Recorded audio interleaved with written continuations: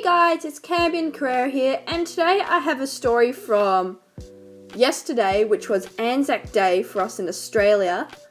And basically, I had to deliver a boat from point A to point B, which was about a 4-hour trip across this bay. And so we took off, that was fine. We had to wake up at 5 in the morning and drive all the way to point A to get the boat. And then when we left, it was all nice and quiet, I had time to myself. And even though it's like raining and stuff, it was still relaxing. And so I thought I'll relax for a bit. About 2, maybe 3 hours later, I see this plane.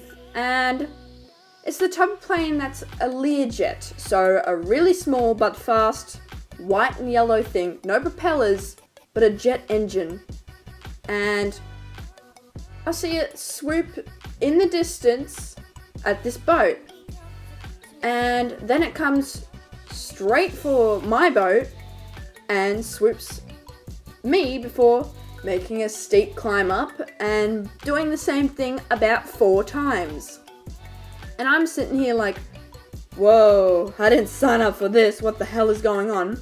Because this plane was nearly touching the top of my boat's mast, by the way, which is very tall, might I add. But for a plane, that is very, very low. And you could hear the roar of the engines and everything as it flew past. And so what I thought would be, what it's trying to tell me is that the boat in the distance is in danger because, the plane was swooping it and straight away coming over to my boat and swooping me. So I thought, oh, it must be in some kind of trouble. So I went up to it and the plane just kept swooping and swooping, and I was like, what's happening? So I just assumed that this boat was in trouble because, I don't know. And so I went up to it and I noticed the boat starts moving. And I'm like, well, they're not in trouble. Okay. And then I reckon about 30 seconds later, not even that, the plane goes back over them and drops something in the water next to the boat, which the boat then retrieves it. The first thing that popped into my mind was a drug drop. Yeah. But before that, because of the way I saw this object drop, I'll be honest, I thought it was a bomb. And the reasoning to this was, I was tired, and the night before I watched 9/11 videos. So that didn't really help the situation much. So, I thought, alright, I'm getting out of here. This is too weird.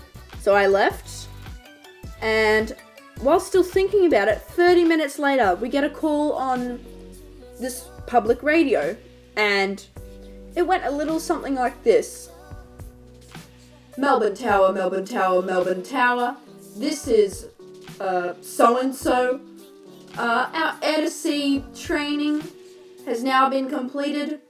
The 5 nautical mile exclusion zone is now open for vessels. What that tells me was that plane was telling me to bugger off because I was in a no-go zone. And I sailed right through the middle of a no-go zone. So I'm sitting here like, that explains absolutely everything. Lovely.